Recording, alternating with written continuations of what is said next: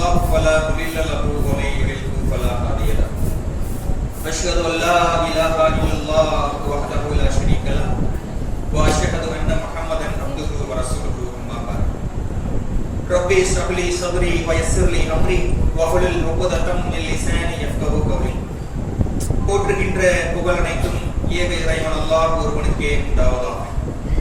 அவருடைய அன்பும் அருளும் பற்றாத பெருங்கருணையும் அகிலங்களுக்கு அருட்கொடையாக அனுப்பப்பட்ட அண்ணல் பெருமானார் ஸல்லல்லாஹு அலைஹி வஸல்லம் அவர்களின் மீதும் அண்ணலாருடைய குடும்பத்தினர் மீதும் அல்லாஹ்வின் தூதரை சொல் செயல் அங்கீகாரங்கள் என தன் வாழ்நாள் முழுவதும் இயன்ற அளவு பின்பற்றி வாழ்ந்து மரணித்த சத்திய சஹாபாக்களின் மீதும் அல்லாஹ்வினுடைய மார்க்கத்தை அதன் அசல் வடிவிலே அறிந்து கொள்ள வேண்டும் என்பதற்காக இன்றைய தினம் இந்த நல்லொழுக்க பயிற்சி வகுப்பிலே அமர்ந்திருக்கக்கூடிய நம் அனைவரின் மீதும் இன்னும் இங்கு பேசப்படக்கூடிய மார்க்க உபதேசங்கள் யாருடைய காதுகளில் எல்லாம் சென்று சேருகிறதோ அத்தகையோர் அனைவரின் மீதும் அல்லாஹ்வுடைய சாந்தியும் சமாதானமும் உண்டாவதாக. கண்ணியத்திற்குரிய அல்லாஹ்வின் நல்லடியார்களே, சகோதர சகோதரிகளே, தமிழ்நாடு தௌஹீத் ஜமாத் என்கின்ற இந்த இஸ்லாமிய பேர் இயக்கம் எதற்காக தோற்றுவிக்கப்பட்டது, அதனுடைய உண்மையான நோக்கங்கள் என்ன, அதனுடைய செயல்பாடுகள் என்ன, அதில் இருக்கக்கூடியவர்கள் எப்படிப்பட்டவர்களாக இருக்கிறார்கள், அது எதை இலக்காக வைத்து இந்த பயணத்தை தொடர்ந்து பயணித்துக் கொண்டிருக்கிறது என்பதையெல்லாம் இந்த இஸ்லாமிய பேர் இயக்கத்தினுடைய தலைமை நிர்வாகிகளும் மேலாண்மை குழு உறுப்பினர்களும் மாவட்ட நிர்வாகிகளும் கிளை நிர்வாகிகளும் அறிந்தே வைத்திருக்கிறார்கள். இருந்தாலும் ஒவ்வொரு கிளைகளிலும் பயணித்துக் கொண்டிருக்கக்கூடிய அந்த கிளை உறுப்பினர்கள் அவர்களுக்காகவும் இந்த ஜமாத்தினுடைய நடவடிக்கைகளை எல்லா நிலைகளிலும் இருந்து பார்த்து அதற்கு எப்பொழுதெல்லாம் ஆதரவு கொடுக்க வேண்டுமோ அப்பொழுதெல்லாம் தன்னுடைய ஆதரவை காட்டி உடல் உழைப்பாலும் பொருளாதாரத்தாலும் சிறந்த கருத்துக்களாலும் நன்மையிலே பங்கெடுக்கக்கூடிய இந்த ஜமாத்தின் மேல் நல்லெண்ணம் வைத்திருக்கக்கூடிய ஆதரவாளர்களுக்காகவும் மேலும் அநீதிகளுக்கு எதிராக இந்த ஜமாத் எப்பொழுதெல்லாம் ஆர்ப்பரித்து எழுகிறதோ அப்படிப்பட்ட ஆர்ப்பாட்ட களங்களிலும் நியாயமான கோபங்களும் மார்க்கத்திற்கு உட்பட்டு அரசியல் சாசனத்திற்கு உட்பட்டு நபி வழிக்கு உட்பட்டு மார்க்க வரம்புகளை பேணி நாம் காட்டக்கூடிய சமூகத்தில் நாம் பிரதிபலிக்கக்கூடிய பல ஆர்ப்பாட்ட களங்களாக இருக்கட்டும், அதிலே தங்களை இணைத்துக் கொள்ளலாம்.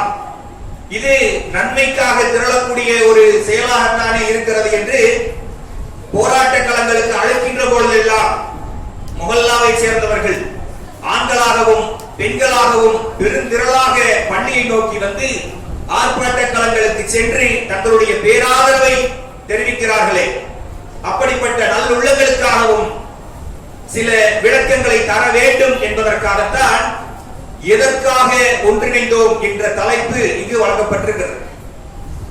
இந்த உலகத்தில் மனிதர்கள் ஒவ்வொருவரும் ஒவ்வொரு நோக்கத்திற்காக ஒன்றிணைக்கூடியதை பார்க்கிறோம்.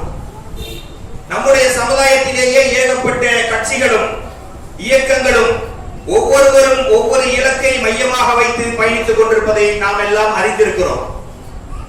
சிலர் மக்களுடைய கூட்டத்தை காட்டி அதை அரசியல் தேர்தல் நேரங்களிலே ஓட்டாக மாற்றுவதற்காக சிலர் பயணித்துக் கொண்டிருப்பார்கள். சிலர் பொது சேவைகள் செய்கிறோம், உதவி கரங்கள் நீட்டுகிறோம் என்றெல்லாம் சொல்லி மக்களிடத்திலே பொருளாதாரத்தை வசூல் செய்து அதன் மூலமாக சில லாபங்களை அடையக்கூடியவர்களாகவும் இருக்கலாம். சில பேர் தங்களுடைய குடும்ப உறுப்பினர்கள் வாழையடி வாழையாக சில பதவிகளையும் வாரிய பொறுப்புகளையும் வகிக்க வேண்டும் என்பதற்காக சில கட்சிகளை சிறிய அளவில் சிறிய கூட்டத்தை கூட்டிக் கொண்டாவது ஏதோ ஒன்றை சமூகத்தில் நகர்த்திக் கொண்டிருப்பதையும் நாம் பார்த்துக் கொண்டிருக்கிறோம். ஆனால் மிகப்பெரிய கூட்டத்தை அல்லாஹ் ரப்பல் ஆலமீன் இந்த தௌஹீத் கொள்கையை நோக்கி வரவழைத்த பின்னும் எந்த ஒரு மாற்றத்திற்கும் உட்படாமல், எந்த ஒரு வளைவும் நெறிவும் இல்லாமல், கையில் ஒன்று புறம் ஒன்று வைத்து பேசாமல் உள்ளதை உள்ளபடியே சொல்ல வேண்டும் என்ற உயரிய நோக்கத்தோடு லட்சிய நோக்கத்தோடு நாம் பயணி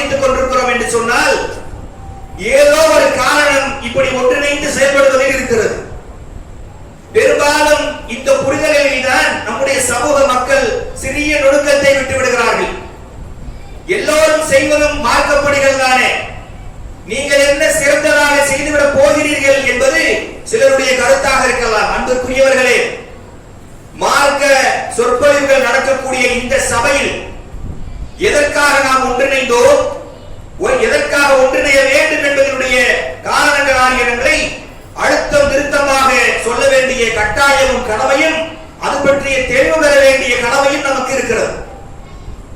ஒரு தௌஹீதுவாதி இந்த சமூகத்தில் எப்படிப்பட்ட பங்கினை அளிக்கின்றார் புரிந்து கொள்ள வேண்டும். அடிப்படையாக ஒரு கேள்வி வரலாம், அதென்ன குறிப்பிட்டு நீங்க தௌஹீதுவாதின்னு சொல்றீங்க, மற்றவர்கள் எல்லாம் யார், முஸ்லிம்கள் தானே என்று. அன்பிற்குரியவர்களே, உலகம் முழுவதும் அல்லாஹ் ரப்பல் ஆலமீன் இறக்கி வைத்த வேதத்தின் அடிப்படையில் தான் முஸ்லிம்கள் செயல்படுகிறார்களா என்றால், பெரும்பாலானவருடைய நிலை எப்படி இருக்கிறது என்று சொன்னால், முஸ்லிம்கள் என்கிற பெயரை தாங்கிக் கொண்டிருக்கக்கூடிய ஒரு போராகத்தான் வளம் வந்து கொண்டிருக்கிறார்கள். ஆனால் உண்மையில் இந்த திருமறை குர்ஆனுடைய வாழ்க்கையை தன்னுடைய வாழ்க்கை நெறியாக ஏற்றுக்கொண்டு அதன் மூலம் நடைபோடக்கூடியவர் யாராக இருப்பார் என்று சொன்னால், லா இலாஹா இல்லல்லாஹ் முஹம்மது ரசூலுல்லாஹ் என்று சொல்லக்கூடிய இந்த கலிமத்து தௌஹீதை வாயால் ஒழிந்து அதை உள்ளத்தால் ஏற்று யார் ஒருவர் செயல் வடிவம் கொடுக்கிறாரோ அவர்தான் தௌஹீதுவாதியாக இருப்பார். கண்ணியத்திற்குரியவர்களே, இப்படிப்பட்ட ஒரு பயணத்தில் இந்த தௌஹீது கொள்கையை நான் சரியாக பின்பற்ற வேண்டும், என்னுடைய வாழ்க்கையிலும் குடும்பத்திலும் நடைமுறைப்படுத்த வேண்டும் என்று சொல்லி பயணிக்கக்கூடிய ஒருவர் இந்த தௌஹீது கொள்கையை ஏற்றுக்கொண்டு விட்ட பிறகு அவரிடத்தில் ஏற்படக்கூடிய மாற்றங்களை கவனித்திருக்கிறீர்களா? அவரிடத்திலிருந்து வெளிப்படக்கூடிய அந்த வெளிப்பாடுகளை கவனித்திருக்கிறீர்களா? எதற்காக ஒன்றிணைந்தோம் என்பது முதல் காரணமாக இதை எடுத்துக் கொள்ளுங்கள். தனி ஒரு மனிதன் தன்னை முஸ்லிம், நான் அல்லாஹ்வை நம்புகிறேன், தூதரை பின்பற்றுகிறேன், மறுமையை நம்புகிறேன் என்று சொல்லக்கூடியவன் செயலளவிலே எதுவும் செய்யாமல், அமல்கள் விஷயத்திலே ஒன்றும் இல்லாமல், தன்னுடைய வாழ்நாளில் நடக்கக்கூடிய எல்லா அமல்களிலும் நபியை பின்பற்றாமல் வாழ்கின்றானே, அவனுக்கு ஏற்படக்கூடிய முதல் மாற்றம் மனதில் ஏற்படக்கூடிய மாற்றம்.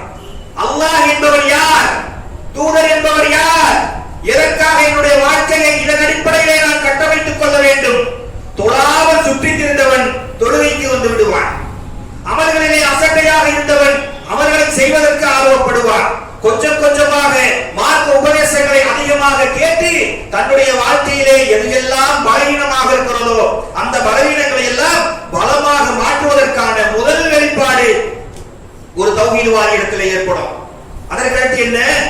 சமூகத்தில் அவருடைய நடவடிக்கைகள், தேவையில்லாத இடத்தில் கூட நிற்க மாட்டான், தேவையில்லாத நபர்களோடு கூட சகவாசம் வைக்க மாட்டான். ஏன்?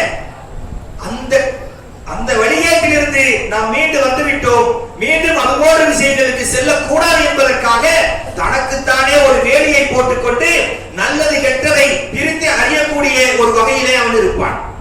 அவனிடத்திலே சமுதாய சிந்தனை வெளிப்படும், சமூக பணிகள் வெளிப்படும், இரத்த தானத்திலே பங்கு கொள்கிறான், நல்லறங்களிலே பங்கு கொள்கிறான், மார்க்கம் என்று சொன்னால் அதற்கு முன்னுரிமை கொடுக்கிறான். இப்படிப்பட்ட ஒரு பெரிய மாற்றத்தை அவனிடத்திலே எது ஏற்படுத்துகிறது? இந்த தௌஹீது கொள்கை. அல்லாஹ் ஒருவர் என்று சொல்வதற்கு பின்னால் ஒரு தனி மனிதனாக, ஒரு ஆணாக, ஒரு பெண்ணாக, ஒரு குடும்ப தலைவனாக, ஒரு வியாபாரியாக, ஒரு சமூக தலைவராக, நீங்கள் ஒரு சமூக பிரஜையாக நிறைய பொறுப்புகளை கற்றுக்கொள்ள வேண்டியிருக்கிறது. அப்படிப்பட்ட மாற்றத்தை அவன் எது தெரியுமா இணைந்து கற்றுக்கொள்கிறான்? தூய்மையான இந்த இஸ்லாத்தை எந்த இடத்தில் ஒளிவு மறைவில்லாமல், ஏவல் விளக்கல் இல்லாமல், மறைவு ஏதும் இல்லாமல் வெளிப்படுத்தி சொல்லப்படுகிறதோ அந்த நீரோட்டத்தில் தன்னை கரைத்து விடுகிறான். அதன் காரணமாக முதலாக அந்த மாற்றத்தை அவன் தனக்குள்ளே ஏற்படுத்திக் கொள்கிறான். ஒரு குடும்ப தலைவனால் ஒரு குடும்பம் மட்டும்தான் பயன்பெறும், ஒரு ஏகத்துவவாதியால் ஒரு சமூகமே பயன்பெறும். விளையாட்டு இல்லை.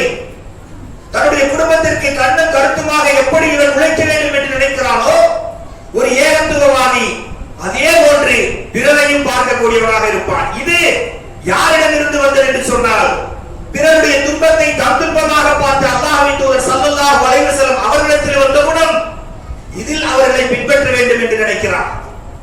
அவரிடத்திலே ஒரு 40 ஆண்டு காலம் தௌஹீதை ஏற்றுவிட்டு சராசரியாக அடுத்த ஒரு 40-50 ஆண்டு காலம் வாழ்கிறான் என்று சொன்னால் அவரிடத்தில் ஏற்படக்கூடிய சமூக பலன்களும் அவரிடத்தில்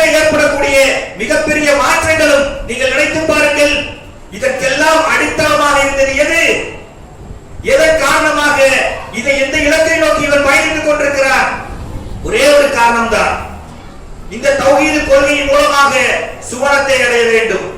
நாளை மறுமையிலே எனக்கு ஏற்படக்கூடிய நஷ்டங்களில் இருந்து நான் தப்பித்துக் கொள்ள வேண்டும். என்னால் இயன்றாவது மார்க்க பிரச்சாரங்களும் மார்க்க அறங்களையும் செய்துவிட்டு தான் அந்த உலகத்தை விட்டு பிரிய வேண்டும் என்ற அடிப்படையான கொள்கைக்கு, அடிப்படையான தன்மைக்கு அவன் வந்து விடுகிறானே. என்ன காரணம் தெரியுமா சகோதரர்களே? தௌஹீத் கொள்கையை ஏற்றுவிட்ட பிறகு ஒருவன் அப்படியே இருந்து போக ஒருபோதும் நினைக்க மாட்டான். ஏன்னா அந்த கொள்கையினுடைய சாராம்சம் அப்படி. அசத்தியத்தில் இருந்து விலகி தௌஹீத் உள்ள போச்சுன்னு வைங்க, அவருடைய உள்ளத்தில் ஏற்படக்கூடிய மாற்றம் இருக்கிறது. நிச்சயமாக இந்த மார்க்கத்தில் ஏதோ ஒன்று செய்துவிட்டு தான் மரணிக்க வேண்டும் என்பதை ஆழமாக அவர் உள்ளத்திலே வைத்துக் கொள்வார். காரணம் என்ன தெரியுமா? அந்த கொள்கையினுடைய தன்மையே அப்படித்தான். அல்லாஹ் ரப்பல் ஆலமீன் திருமறை குர்ஆனில் இந்த சத்திய கொள்கையை பற்றி ஒரு உதாரணத்தை சொல்லுகிறார். அல்லாஹ்வின் தூதர் ஸல்லல்லாஹு அலைஹி வஸல்லம் அவர்கள் அந்த சத்திய கொள்கையில் இருக்கிறானே ஒரு ஏகத்துவவாதி, அவனை பற்றி ஒரு அழகிய உதாரணம் சொல்கிறார்கள். 14வது அத்தியாயம் 24வது வசனத்தில் அல்லாஹ் சொல்லுகிறான், அலம் தர கைஃப ரபல்லாஹு மஸலன் கலிமத்தன் தய்யிபா. இந்த ஏகத்துவ கொள்கையை ஏற்றுக்கொண்ட ஒருவனுக்கு எடுத்துக்காட்டு ஒரு நன்மை வரக்கூடிய நல்ல மரம் என்று அல்லாஹ் சொல்கிறான். இப்படிப்பட்ட உதாரணங்களை அல்லாஹ் சொல்லுகிறானே, நீங்கள் சிந்திக்க மாட்டீர்களா என்று உலக மாந்தர்களை பார்த்து அல்லாஹ் ரப்பல் ஆலமீன் கேட்கிறார். அந்த மரம் எப்படி இருக்கும் தெரியுமா? அஹ்லுஹா சாபிலும், அதனுடைய வேர்கள் ஆழமாக படித்திருக்கின்றன. வஃபௌனா பிஸ்ஸமாஇ, அதனுடைய கிளைகள் வானளாவி உயர்ந்திருக்கின்றன. அல்லாஹ் சொல்கிறார், அல்லாஹ்வின் நாட்டப்படி அவரிடத்திலிருந்து கனிகளும் பல பலன்களும் எல்லா காலங்களிலும் கிடைத்துக் கொண்டிருக்கிறது. இப்படிப்பட்ட உதாரணத்தை ஒரு ஏகத்துவவாதிக்கு அல்லாஹ் ரப்பல் ஆலமீன் சொல்லி காட்டுகிறார். யோசித்து பாருங்கள், ஒரு மரத்திலிருந்து என்னென்ன எல்லாம் பயன் கிடைக்கிறது. நிழல் கிடைக்கிறது, விலங்குகளுக்கும் பறவைகளுக்கும் உணவு கிடைக்கிறது, அதனுடைய கிளைகள் முறிந்தாலும் அதனிடத்திலிருந்து ஒரு பயன் இருக்கிறது. ஒவ்வொரு காலகட்டங்களுக்கு ஏற்றார் போல அதனிடத்திலிருந்து கனிகளும் காய்களும் பழங்களும் பூக்களும் இன்னும் ஏனைய நேரடி மறைமுக நன்மைகள் கிடைக்கிறது. இது யாருக்கு உதாரணம் என்று சொன்னால் ஒரு ஏகத்துவவாதிக்கு உதாரணம் என்று அல்லாஹ் ரப்பல் ஆலமீன் சொல்லி காட்டுகிறார். எல்லா நிலைகளிலும் அவனுடைய மரணத்தின் வரை அவன் சமூக ரீதியாக இருந்தாலும், உறவு ரீதியாக இருந்தாலும், குடும்ப ரீதியாக இருந்தாலும், நட்பு ரீதியாக இருந்தாலும், தொழில் ரீதியாக இருந்தாலும், எல்லா நிலைகளிலும் நாளை அல்லாஹ்வுக்கு பதில் சொல்ல வேண்டும் என்ற அடிப்படை எண்ணத்திலே அவன் பயணிக்கக்கூடியவனாக இருப்பான். எல்லா நிலைகளிலும் பலம் தரக்கூடிய அந்த மரத்தை போல அல்லாஹ்வின் தூதர் ஸல்லல்லாஹு அலைஹி வஸல்லம் அவர்கள் சொன்னார்கள். புகாரியில் 6122வது ஹதீஸாக பார்க்க முடியும். அனஸ் இப்னு உமர் ரலியல்லாஹு அன்ஹு அவர்கள் அமர்ந்திருக்கக்கூடிய ஒரு சபை. அவங்க சொல்றாங்க, அல்லாஹ்வின் தூதர் இந்த இடத்துல உரையாற்றும் போது சொன்னாங்க, ஒரு நல்ல இறை நம்பிக்கையாளனுக்கு உதாரணம் தெரியுமா? அது ஒரு பயன் தரக்கூடிய மரம், எல்லா நிலைகளிலும் பயன் தரும். அவங்க ஒரு அழகிய விளக்கத்தை சொல்றாங்க. அதனுடைய கிளைகள் ஒன்றோடு ஒன்று உரசாது. அது எப்படிப்பட்ட மரம் தெரியுமா? என்ன மரம் தெரியுமா என்று கேள்வி எழுப்புறாங்க. சஹாபாக்கள் எல்லாம் கேட்கிறாங்க, யா ரசூலல்லாஹ், அது என்ன மரம் சொல்லுங்க, என்ன மரம் சொல்லுங்க என்று அல்லாஹ்வின் தூதர் சொன்னார்கள், அது பேரீச்சை மரம். அதனுடைய இலைகளில் இருந்து, தண்டுகளில் இருந்து, அதனுடைய காய்கறிகளில் இருந்து எதுவுமே வீண் கிடையாது. அதே போல எல்லா நிலைகளிலும் இந்த சத்திய கொள்கையை ஏற்றுக்கொண்ட ஒரு ஏகத்துவவாதி எந்த இடத்திலும் அவன் சோலை போக மாட்டான். அவனுடைய பாதையின் இலக்கும் சரியானதாக இருக்கும் என்று அல்லாஹ்வின் தூதர் ஸல்லல்லாஹு அலைஹி வஸல்லம் அவர்கள் ஏகத்துவவாதியை பற்றியான எடுத்துக்காட்டை சொல்கிறார். அப்போ இந்த அளவுக்கு ஒரு தனி மனிதன் இப்படி ஒரு தன்மையை ஏகத்துவம் தந்து விடுகிறது என்று சொன்னால் அவன் தனி ஒருவனாக இருந்தால் முடியுமா? அவன் ஒரு தனி மரமாக இருந்து சமூகத்திற்கு பயனளிக்க முடியுமா? அது ஒரு தோப்பாக வேண்டும். அந்த தோப்பு தனிமரம் தோப்பாகின்ற பொழுது அதனுடைய வளங்கள் ரொம்ப அதிகமாக கிடைக்கும். அல்லாஹ் அப்படி ஒன்று சேரக்கூடியதை, நீங்கள் ஒன்றிணையக்கூடியதை, ஒன்றாக இருந்து பணியாற்றக்கூடியதன் தேவையை திருமறை குர்ஆனிலே சொல்றான் பாருங்க. 3வது அத்தியாயம் 104வது வசனத்தில் ரப்பல் ஆலமீன் சொல்கிற போது, வல்தகும் மின்கும் உம்மா, நீங்கள் ஒரே சமுதாயமாக ஆகிவிடுங்கள். அல்லாஹ் கட்டளையிடுகிறான், நீங்கள் ஒரே சமுதாயமாக ஆகிவிடுங்கள். யதுன இலல் ஹைரி வ யக்முருன பில் மஅரூஃப், நீங்கள் நன்மையை ஏவுங்கள், தீமையை தடுங்கள். வ யன்ஹவுனல் அனில் முன்கர், நன்மையை நோக்கி அவர்களை அழைக்கக்கூடியவர்களாக இருங்கள். அப்படி நீங்கள் செய்தீர்கள் என்று சொன்னால் உலாயிக ஹுமல் முஃப்லிஹூன், வேண்டிய பணிகளுக்கு உண்டான அடிப்படையை விளக்குகின்றார் பாருங்கள். நீங்கள் ஒரே சமூகமாக இருந்து கொள்ளுங்கள். அல்லாஹ் ஏற்படுத்திய வழியிலே நீங்கள் அச்சு பிசராமல் இருக்கக்கூடியவராக இருங்கள். உங்களுடைய தன்மை எப்படி இருக்கணும்? 3 இருக்கணும். ஒன்று, நல்லதின் பக்கம் அவர்களை ஏகத்துவத்தை நோக்கி அழைக்கணும், நன்மையை ஏவணும், தீமையை தடுக்கணும். இப்படி செய்யக்கூடிய ஒரு கூட்டம் உங்களிடத்திலே இருக்கட்டும், அவர்கள்தான் வெற்றி பெற்றவர்கள் என்று அல்லாஹ் சொல்லுகிறான் என்று சொன்னால், தனி ஒரு மனிதனாக நீங்கள் எந்த அளவுக்கு நல்லறம் செய்தாலும் அது ஒரு அளவுக்கு மேல ரீச் ஆகாது. அப்ப ஒன்றிணைந்து செயல்படக்கூடிய, ஒன்றாக இருந்து ஒரு ஜமாத்தாக இருந்து இந்த மார்க்கத்தை நிலைநாட்டக்கூடிய பொறுப்பு முஸ்லிம் சமூகத்திற்கு இருக்கிறது. அல்லாஹ்வின் தூதரை நேசிக்கிறோமே, அல்லாஹ்வின் தூதருடைய வாழ்க்கையில கொஞ்சம் எடுத்து பாருங்க. எப்படிப்பட்ட விஷயங்களை எல்லாம் அவர்கள் ஒன்றாக சேர்ந்து செய்திருக்கிறார்கள். இப்படி ஒன்றாக சேர்ந்து செய்யறதுல என்ன பயன் இருக்கு? கொஞ்சம் யோசிச்சு பாருங்க. திருமறை குர்ஆன் ஒரே உம்மத்தாக இருங்கள் என்று சொல்லிவிட்டது. ஒன்றாக சேர்ந்து செய்வதில் உள்ள விளக்கத்தை தெரிந்து கொள்ள வேண்டுமா இல்லையா? தனி ஒரு மனிதராக நீங்கள் இருந்து இஸ்லாத்தின் பக்கம் அழைப்பு விடுகிறீர்கள், பல வகைகளில் தாவா செய்கிறீர்கள். உங்களால் இயன்ற பொருளாதாரத்தை நீங்கள் கொடுத்து செய்தாலும் ஒரு கட்டத்துக்கு மேல உங்களால செய்ய முடியாது. ஏன்? தனி மனிதனுக்கு அவ்வளவு பெரிய பாரத்தை தாங்க முடியாது. ஆனால் இதே நேரம் கூட்டாக சேர்ந்து ஒன்றிணைந்து இந்த மார்க்கத்தை பிரச்சாரம் செய்யலாம் என்ற நிலைப்பாடுக்கு வந்தோன்னு வைங்க, வேலைப்பளு குறையும், அந்த வேலைப்பளுவை பிரித்து விட முடியும். பல பேர் சேர்கின்ற பொழுது அதனுடைய வீரியத்தையும் தாக்கத்தையும் அதிகப்படுத்த முடியும். அந்த செய்திகளை ஒருவராக சுமந்து சென்று சொல்வதை விட ஒரு கூட்டாக வேலைகளை பிரித்துக் கொண்டு செய்கின்ற பொழுது அதிகமான நபர்களுக்கு கொண்டு போய் சேர்க்க முடியும். அல்லாஹ் அதனால்தான் சொல்கிறார், நீங்கள் ஒரே உம்மத்தாக ஆகிவிடுங்கள், நன்மையை ஏவுங்கள், தீமையை தடுங்கள். இதை நீங்கள் செய்கிறவர்களாக இருந்தால் நீங்கள் வெற்றி பெற்றவர்களாக ஆவீர்கள். அல்லாஹ்வின் தூதர் ஸல்லல்லாஹு அலைஹி வஸல்லம் அவர்களிடத்துல பார்த்தோம் சொன்னா, அல்லாஹ்வின் தூதர் தானே அவங்க, நான் அல்லாஹ்வின் தூதர் என்று பிரகடனப்படுத்தி விட்டு நீங்கள் எல்லாம் வந்துவிடுங்கள் என்று மட்டும் சொல்லல, மக்களை நீங்கள் ஓரடியில் திரள வேண்டும் என்று அழைத்தார்கள். அப்படி அழைப்பிற்கு அல்லாஹ் ரப்பல் ஆலமீன் அவர்களுக்கு ஆதரவாக ஒரு வசனத்தை இறக்குகின்றார். 3வது அத்தியாயம் 159வது வசனத்தில் பார்க்க முடியும். வஷாவிருக்கும் ஃபில் அம்ரி ஃபஅதா அஜப்த வதக்கல அல்லாஹ். நபியே, நீங்கள் அவர்களிடத்திலே ஆலோசனை செய்யுங்கள். யாரிடத்தில்? ஏகத்துவத்தை சொல்லுகின்ற பொழுது யாரெல்லாம் கேட்டுக்கொண்டிருக்கிறார்களோ, கேட்டுக்கொண்டு நீங்கள் சொல்வது நல்லதுதான் என்று சொல்லி உங்களிடத்திலே ஒரு அரவணைப்பாக நடக்கிறார்களோ, அவர்களை அழைத்து வைத்து நீங்கள் ஆலோசனை செய்யுங்கள். அவர்கள் நல்ல கருத்துக்களை சொல்லுவார்கள். ஒன்றாக இணைந்து இந்த மார்க்கத்தை வேரோக செய்யுங்கள். காரணம் என்ன? இந்த மார்க்கம் அல்லாஹ் உலகத்திலே பரப்பிய விதமே அதுதான். இறை தூதர்களாக இருந்தாலும் தூதுத்துவத்தை எடுத்து சொல்லி மக்களை ஓரணியில் திரட்டக்கூடிய வேலையை செய்தார்கள். இதுதான் இணைந்து செயல்பட வேண்டும் என்பதற்கான அடிப்படையாக இருந்தது. எல்லா இறை தூதர்களும் இந்த வழிமுறையை பின்பற்றினார்கள். இன்னைக்கு பல பேர் பேசலாம், ஒரு ஜமாத்தாக இருந்துதான் மார்க்கத்தை சொல்லணுமா, அதற்கு ஒரு பெயர் வைத்துக் கொள்ளணுமா, அதற்கு ஒரு விதிகளை அமைத்துக் கொள்ளணுமா என்று. அன்புக்குரியவர்களே, மார்க்க வரம்புகளை மீறாமல் நபிகளாருடைய வாழ்க்கையிலும் இன்னும் ஏறக்குறைய நபி பெருமானாருடைய வாழ்க்கையிலும் பார்த்தீர்கள் என்று சொன்னால், எல்லாரும் தங்கள் காலத்தில் வாழ்ந்தவர்களை ஒன்றிணைக்கக்கூடிய வேலையை செய்திருக்கிறார்கள். நபி ஈசா அலைஹிஸ்ஸலாம் அவருடைய வாழ்க்கையை பாருங்க. அல்லாஹ் அவர்களுக்கு எப்படிப்பட்ட அற்புதங்களை கொடுத்திருந்தார். இறந்து போன மனிதரை அல்லாஹ்வின் நாட்டத்தை கொண்டு எழுப்பி நிற்க வைத்து விடுவார்கள்.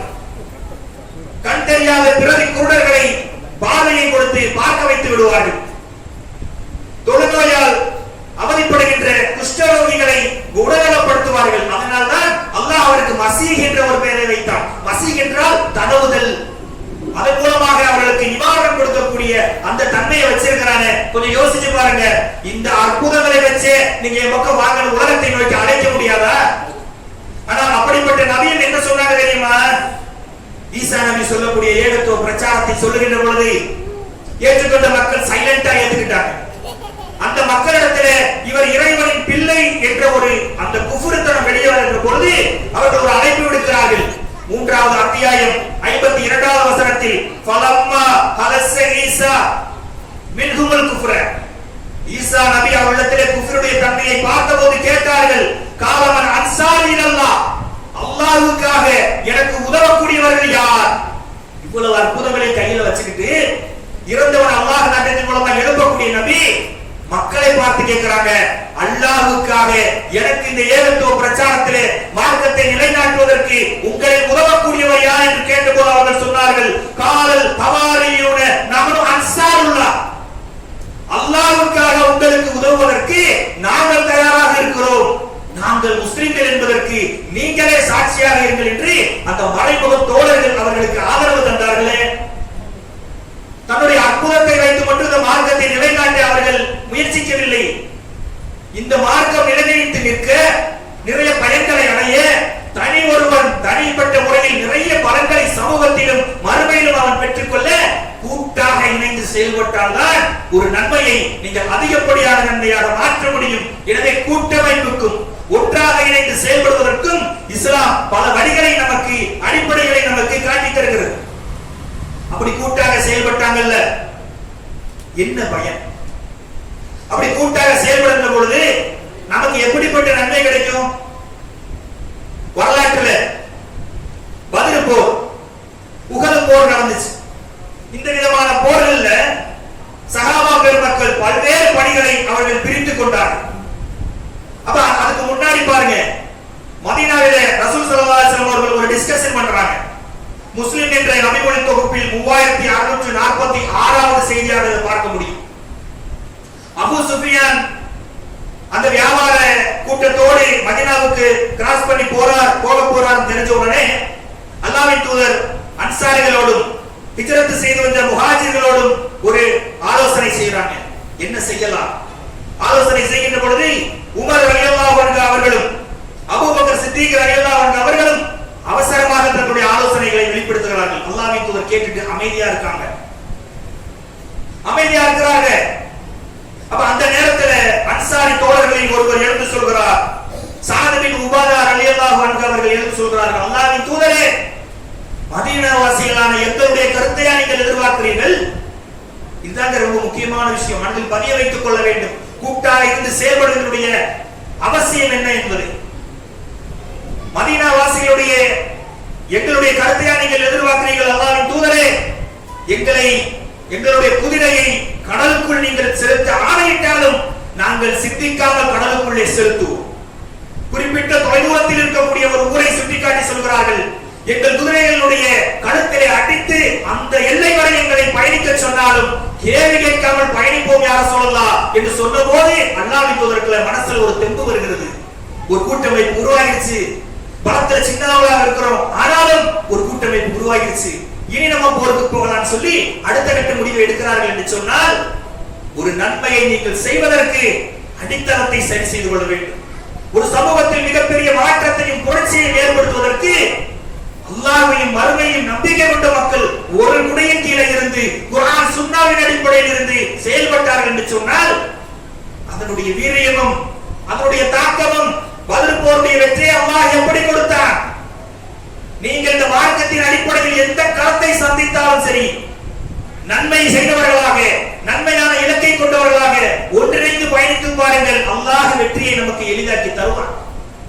அப்ப எதற்காக ஒன்றிணைந்தோம் என்று சொன்னால், நாம் வாழக்கூடிய இந்த வாழ்க்கையில மார்க்கத்தை கற்றுக்கொள்வதற்காகவும், கற்றுக்கொண்ட மார்க்கத்தை வாழ்வியலாக கொண்டுவதற்காகவும், நான் எதை பின்பற்றுகிறேனோ, எதை சத்தியம் என்று நினைத்துக் கொண்டிருக்கிறேனோ, அந்த சத்தியத்தை நான் வாழ்கின்ற சமூகத்திலே 8 திக்கும் பட்டி தொட்டி என்றும் சொல்வதற்காகவும் தான் ஒன்றிணைந்தோம். இதுதான் அடிப்படை. ஒரு ஜமாத்தை கட்ட வேண்டும், கூட்டத்தை காட்ட வேண்டும், அரசியல் ஆதாயம் பெற வேண்டும் என்றால், எங்களிடத்தில் எவ்வளவு படை இருக்குது பார் என்று பலத்தை காட்ட வேண்டும் என்றால் எந்த நோக்கமும் கிடையாது. ஒரே ஒரு நோக்கம் தான், நன்மையிலே ஒன்றிணைவோம். அல்லாஹ் சொல்கிறானே, நன்மையிலும் இறையச்சத்திலும் ஒருவருக்கொருவர் உதவி கொள்ளுங்கள்.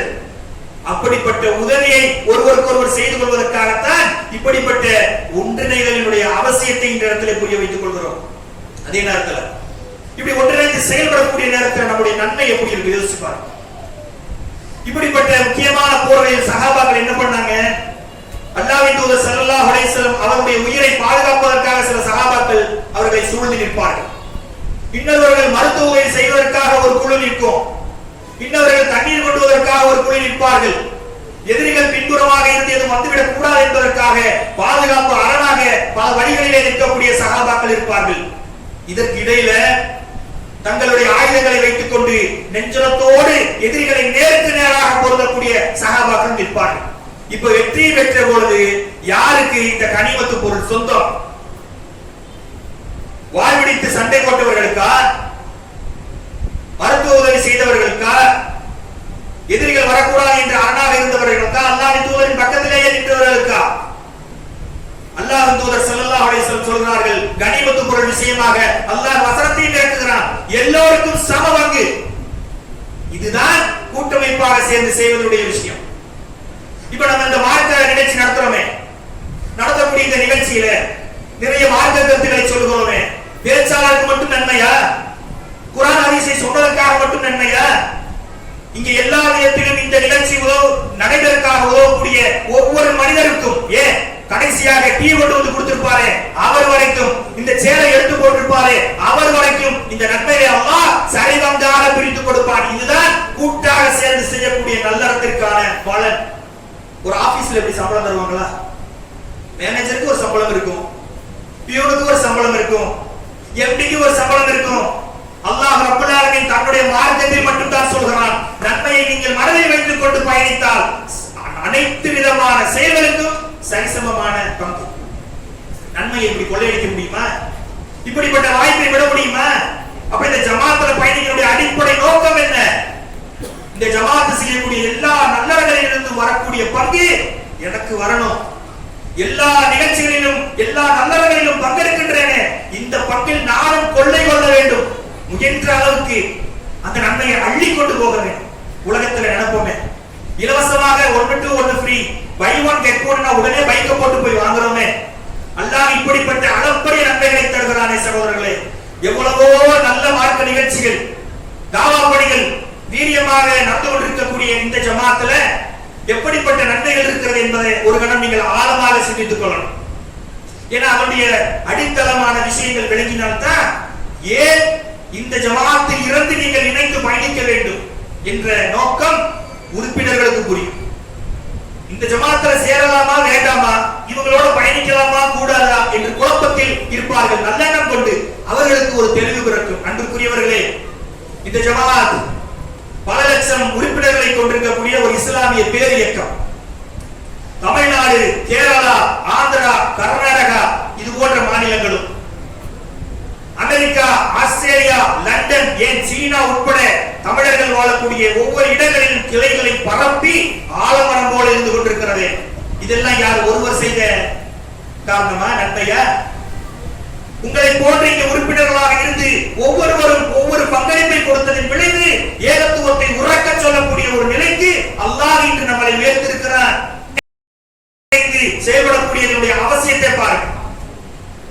இன்னைக்கு எவ்வளவோ இங்கே நல்ல காரியங்கள் நடந்து கொண்டிருக்கிறது. அப்போ இதில் எல்லாம் ஒவ்வொருவருக்கும் பங்கு வர வேண்டும் என்று சொன்னால் இப்படிப்பட்ட நேரங்களிலே இணைந்து நம்மளுடைய பங்களிப்பை ஏதோ ஒரு வகையிலே செய்தோம் என்று சொன்னால் அல்லாஹ் அதற்கான கூலியை சரிசமமாக பிரித்துக் கொடுக்கிறார். அதற்கான வாய்ப்பு ஒன்றாக இணைந்து நபி வழி அடிப்படையில், குர்ஆனின் அடிப்படையிலே செயல்படக்கூடிய நமக்கு அந்த வாய்ப்பு அதிகமாக இருக்குது. அது மட்டுமா? சரி, இந்த ஜமாத்துல பயணிக்கிறதுனால என்ன லாபம்? இந்த ஜமாத்தில் பயணிக்கக்கூடியவர்களுக்கு ஏதாவது பிரதிபலன் இருக்கிறதா என்றால் இந்த இடத்துல கவனமாக புரிந்து கொள்ளுங்கள். இந்த ஜமாத்தில் நீங்கள் நுழைந்து பயணித்தீர்கள் என்று சொன்னால் உங்களுக்கு ஒரு பைசா பிரயோஜனம் இல்லை. உலகத்தில் தெளிவாக பிரகடனப்படுத்துகிறோம், இந்த ஜமாத்தில் நீங்கள் பயணிப்பதன் மூலமாக எந்த பிரதிபலனையும் அடைய முடியாது. இன்னும் சொல்ல போனா இந்த ஜமாத்தில் பொறுப்புக்கு ஒருவர் வருவதாக இருந்தால் அவர் ரியல் எஸ்டேட் பண்ண முடியாது. ஜமாத்துடைய பெயரை வைத்து அங்கு வைக்கக்கூடிய பதவியை வைத்து அவர் அதிகமாக ஆலட்சத்தை வியாபாரம் பண்ணலாம். அதுக்கு கூட இங்க இடம் கிடையாது. அதே நேரத்தில் ஹஜ் உம்ரா சர்வீஸ் செய்ய முடியாது, அந்த பிசினஸ் பண்ண முடியாது. ஏன்? ஜமாத்துடைய பெயரை காட்டி, மக்கள் கூட்டத்தை காட்டி நன்மை செய்யக்கூடிய மக்களை வியாபார நோக்கத்துடன் யாரும் பயன்படுத்திவிடக் கூடாது என்பதற்காக இந்த ஜமாத்துல பொறுப்புக்கு வருவதாக இருந்தால் அவர் ரியல் எஸ்டேட் செய்ய முடியாது. இது போல டூர்ஸ் அண்ட் டிராவல்ஸ் பண்ண முடியாது. ஏன்? மக்களுக்கு தெரியாமல் கூட மக்களை தவறாக பயன்படுத்தி விடக் கூடாது என்பதற்காக இந்த இப்படிப்பட்ட வியாபார நோக்கத்திலையும் இவங்களுக்கு பயன் கிடையாது. அதே நேரத்தில் இங்க நிர்வாகியாக இருக்கக்கூடியவங்களுக்கு எப்படிப்பட்ட மரியாதை? அஜத்து வராத வழிவிடுங்க, அப்படியா? இங்க ஒண்ணும் கிடையாது. அஜத்துக்கு 2 சேர்த்து வை, பள்ளி நிர்வாகி வந்துட்டாரு, முத்தவலி வந்தாரு, 2 லெட்டர் சேர்த்து கொடு, இதுயா கிடையாது. எல்லாருக்கும் கொடுத்தது போக இருந்தா ஏதாவது தருவாங்க, இல்லன்னா அதுவும் இல்ல. மக்களோடு மக்களாக இருந்து மக்களுக்காகவே பணியாற்ற வேண்டும் என்ற ஒரு அர்ப்பணிப்பு உணர்வோடு உங்களோடு ஒன்று சேர்ந்து பயணிக்கக்கூடிய தன்மை யாரிடத்தில் இருக்கிறதோ அவர்கள் தான் இங்க நிர்வாகத்துக்கே வர முடியும்.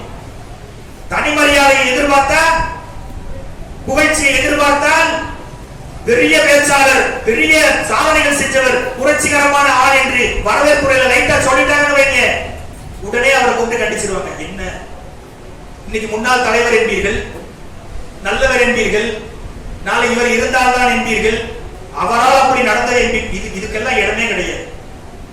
பேசக்கூடியவர்களாக இருந்தாலும் கேட்கக்கூடியவர்களாக இருந்தாலும் நன்மையிலும் இறையச்சத்திலும் ஒருவருக்கு ஒருவர் உதவி கொள்கிறோம். இதுதான் இந்த ஜமாத்தினுடைய அடிப்படை நிலைப்பாடு. அப்ப இங்க இப்படிப்பட்ட மரியாதைகள் கிடையாதா? பிசினஸ்க்கான வாய்ப்புகளும் கிடையாதா? இது போல சமூகத்தில் எப்படி பாக்குறாங்க ஒரு தௌஹீத்வாதிய?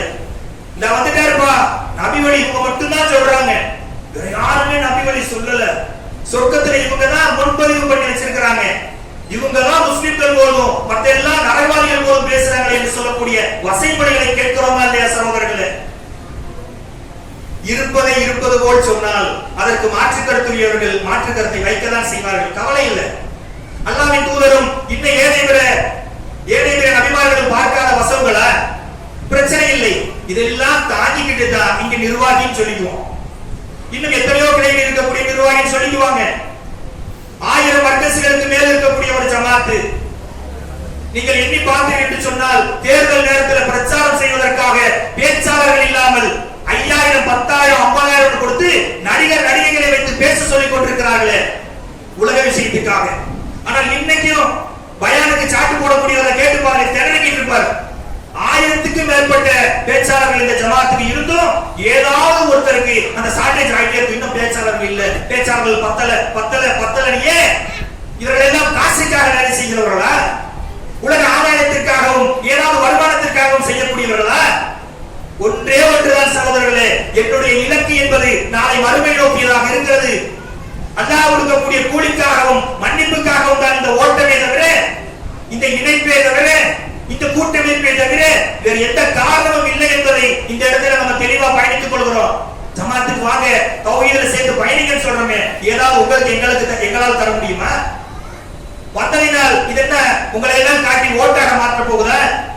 உங்களுடைய ஓட்டும் வேண்டாம், உங்களுடைய நோட்டும் வேண்டாம், உங்களுடைய சீட்டும் வேண்டாம் என்று சொல்லி அல்லாஹ்வினுடைய அருள் மட்டும் போதும், எங்களுக்கு அவருடைய மன்னிப்பு மட்டும் போதும் என்பதற்காகத்தான் இந்த ஜமாத்திலே ஒன்றிணைத்தோம். அதுக்காகத்தான் இன்றைய தினம் நம்ம ஒன்றிணைந்திருக்கிறோம். இந்த ஜமாத்து செய்யக்கூடிய பணிகளை நீங்க கொஞ்சம் நினைச்சு பாருங்க. அல்லாஹ் ரப்பல் ஆலமீன் சொல்கிறான் 35வது அத்தியாயம் 8வது வசனத்தில், ஃபலா தத்ஹப் நஃப்சுகும் அலைக்கும் ஹஸரா. நபியே, அவர்கள் எல்லாம் நேர்வழிக்கு வரலன்னு சொல்லி உங்களை நீங்களே மாய்த்துக் கொள்வீர்கள் போல இருக்கிறது. எதுக்கு இவ்வளவு கவலைப்படுறீங்க? இவ்வளவு கவலைப்படாதீங்க. அல்லாஹ்வின் தூதர் ஸல்லல்லாஹு அலைஹி வஸல்லம் அந்தாவும் கவலைப்பட்டார்கள். தன்னிடத்தில் வேலை பார்த்த யூத சிறுவன் மரணப்படுக்கையிலே இருந்த பொழுது போய் சொன்னார்கள், நீ அல்லாஹ்வை ஏற்றுக்கொள்ள கூடாதா? சொன்னபோது அவருடைய தந்தை சொல்கிறார், அபுல் காசிம் சொல்லிட்டாரு, அல்லாஹ்வை ஏற்றுக்கொள். அல்லாஹ்வை ஏற்றுக்கொண்டு விட்ட பிறகு அல்லாஹ்வின் தூதர் வெளியே வந்து சொல்கிறார்கள், அல்ஹம்துலில்லாஹ், அந்த சிறுவனை நரகத்தில் இருந்து காப்பாற்றிய அல்லாஹ்வுக்கே புகழ் அனைத்தும். தன்னுடைய பொறுப்பை அப்படி துறந்து விட்டார்கள். இந்த ஹதீஸ் உள்ளத்தில் ஆழமாக பதிந்ததின் காரணமாகத்தான் எப்பேற்பட்ட தாவா செய்தாலும், எப்படிப்பட்ட சாதனைகளை செய்தாலும், தமிழகத்திலே தௌஹீது புரட்சியை செய்தாலும் அல்லாஹ்விடத்திலே அவனுக்கு பெருமையை புகட்டிவிட்டு நன்றியுடையவர்களாக சஜதா செய்யக்கூடியவர்களாக இருக்கிறோம். வேற எந்த நோக்கமும் கிடையாது. நம்ம எல்லாம் ஒன்று சேர்ந்தது உலக நோக்கம் என்று பார்த்தீர்கள் என்று சொன்னால் ஒருவருக்கு ஒருவர் ஒன்றுமில்லை. ஆனால் மறுமையிலே அன்புக்குரியவர்களே, நன்மையில் ஒன்றிணைந்தவர்கள் என்ற ஒரு பெருமையை பெறுவதற்காகத்தான் இப்படிப்பட்ட விஷயங்களில் நாம் ஒன்று சேர்ந்து கொண்டிருக்கிறோம். அதே போல இஸ்லாம் ஒரு இனிய மார்க்கம் என்று முஸ்லிம் அல்லாதவர்களுக்காக நடத்துகிறோம். எதற்காக? 30 ஆண்டுகளுக்கு முன்னால் முஸ்லிம்கள் என்று சொன்னால் தீவிரவாதிகள் என்றும், புர்கா போட்டு போனால் தீவிரவாதிகள் என்றும், முஸ்லிம்களுக்கு வீடு தரமாட்டோம் என்றும், இந்த நாட்டில் இருந்தவர்கள் அந்நியர்கள் என்றும் மக்களிடத்திலே பரப்பப்பட்டுக் கொண்டிருக்கிறது இன்றைய நாள் வரை. இந்த கசப்பு தன்மையை அகற்ற வேண்டும் என்பதற்காக இஸ்லாம் ஒரு இனிய மார்க்கம் என்று சொல்லி பிரபல மக்களுக்கு நேரடி கேள்வி பதில் மூலமாக அவர்களுக்கு அந்த கசப்பு தன்மையை நீக்கி சரியான விளக்கங்களை சொல்லிக் கொண்டிருக்கிறோம். இஸ்லாம் ஒரு எளிய மார்க்கம் என்று ஒரு நடத்துகிறோம், முஸ்லிம்களுக்காக மட்டும். அவர்கள் இஸ்லாத்தில் இருக்கக்கூடிய நபி வழியில் இருக்கக்கூடிய எல்லா சந்தேகங்களையும் கேட்டு அவர்கள் வாழ்க்கையை சீர்படுத்திக் கொள்வதற்காக இந்த தமிழகம் எங்கும், நான் முதலில் சொன்னது போல உலகம் எங்கும் எங்கெல்லாம் தௌஹீத் பிரச்சாரம் முழங்குகிறதோ அங்கெல்லாம் இந்த செயல்பாடுகள் நடக்கிறது. இந்த அடிப்படையை புரிந்து கொள்ளுங்கள். இத்தனை தாவாவும் எது மூலமாக போகுது? நிர்வாகிகள் ஆளுக்கு 2 லட்சம் ரூபாய் கொடுத்தாங்களா? உங்களை போன்றவர்களிடத்திலே நீங்கள் தரக்கூடியவர்களிடத்திலே வைத்து அனைவரும் ஒன்றாக சேர்ந்து நாம் இந்த தாவாவை செய்தோம். அன்பிற்குரியவர்களே, அப்ப இது போன்ற விஷயங்களிலே நாம் ஒன்றிணைந்திருக்கிறோம். இந்த நன்மையிலே சேர்ந்து பயணிக்க வேண்டும். வரதட்சணை அல்லாஹ்வினுடைய பேருதவியை கொண்டு ஒழித்திருக்கிறோம். இன்னைக்கு வரதட்சணை வாங்குறதா இருந்தா ஒளிச்சு மறைச்சு வாங்குவாங்க. நாங்க சிறுவர்களாக இருக்கும் போது தாம்பழத்தட்டில வச்சு வெத்தலை பாக்கு வாழைப்பழம் எல்லாம் வச்சு கட்டுக்கட்டா பணத்தை வைத்து மாற்றுவார்கள். நிச்சயதார்த்தம் சொல்லுவாங்க.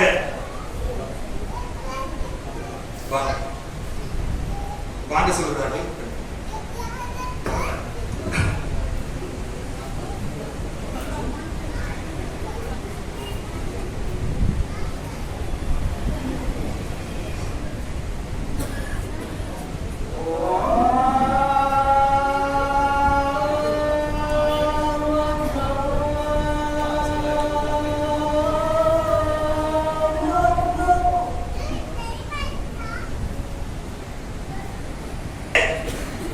இத்தகைய அருட்பணிகளுக்கு அடுத்த ஒரு மைல்கல்லாக திருமறை குர்ஆனை மக்களிடத்திலே பரப்பி இருக்கிறோம். ஒரு 35 வருஷத்துக்கு முன்னாடி திருமறை குர்ஆன் வீட்டில் எங்க இருக்கு தெரியுமா? உள்ளத்தை, வாழ்க்கையை அலங்கரிக்க வேண்டிய திருமறை குர்ஆன் செல்ஃப்ல தான் எடுத்து வச்சிருப்பாங்க. தூசி அடைந்து கிடக்கும். குர்ஆனை எடுத்து ஓதுங்கன்னு சொன்னா எங்க வீடு என்ன இளவு வீடு நினைச்சியா?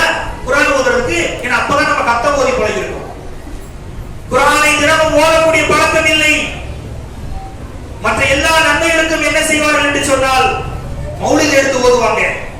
அல்லாஹ்வுக்கு இணை வைக்கக்கூடிய மௌலித் வரிகள் ஓதப்பட்டுக் கொண்டிருந்ததை அடித்து நொறுக்கி இருக்கிறோம் அல்லாஹ்வுடைய பெரும் கிருபையினால்.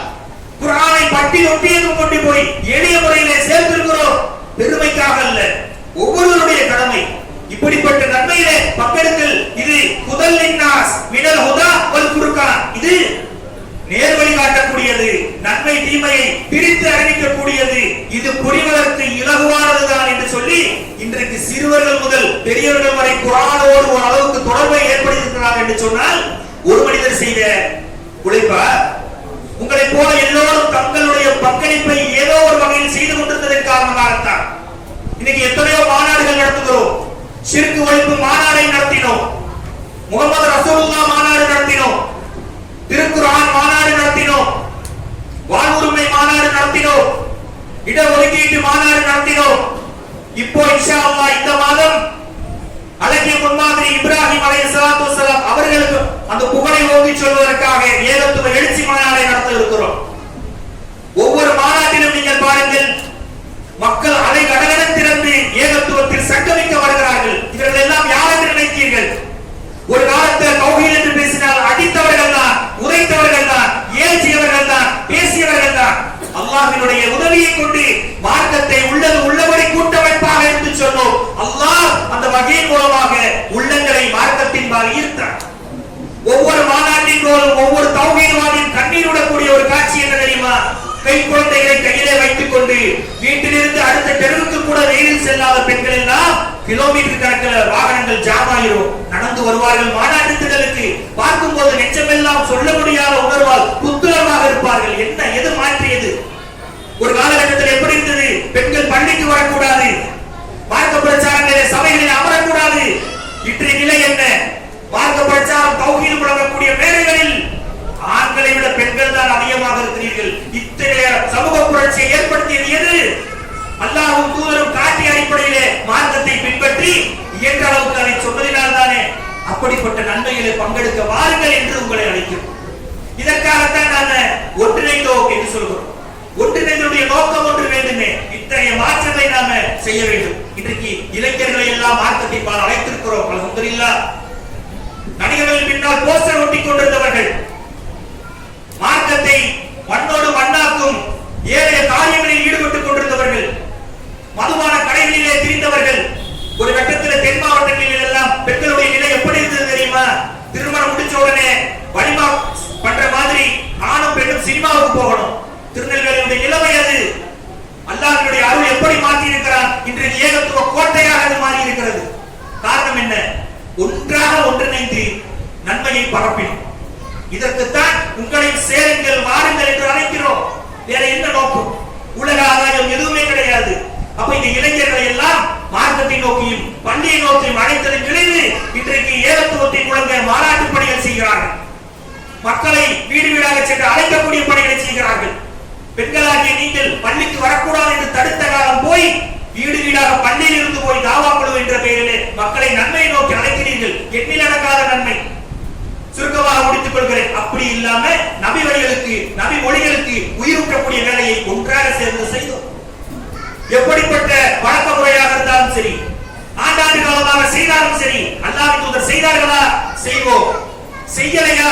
எவ்வளவு பெரிய வழக்க வழக்கமாக, ஊர் வழக்கமாக, ஜமாத் வழக்கமாக, குடும்ப வழக்கமாக இருந்தாலும் தூக்கி முதுகுக்கு பின்னால் வீசிவிட்டோமா இல்லையா? இந்த தெம்பு தைரியம் எதிலிருந்து வந்தது? ஏகத்துவத்தை பின்பற்ற வேண்டும் என்ற அந்த ஏகத்துவ கொள்கையின் அடிப்படையிலே வந்தது. அதே போல ஆதரவு இல்லங்கள் சிறுவர்களுக்காக, பெரியவர்களுக்காக, அவர்களுக்கான அனாதை இல்லங்கள் ஆகியவை நடத்தப்படுகின்றன. இதெல்லாம் யாருடைய காசு?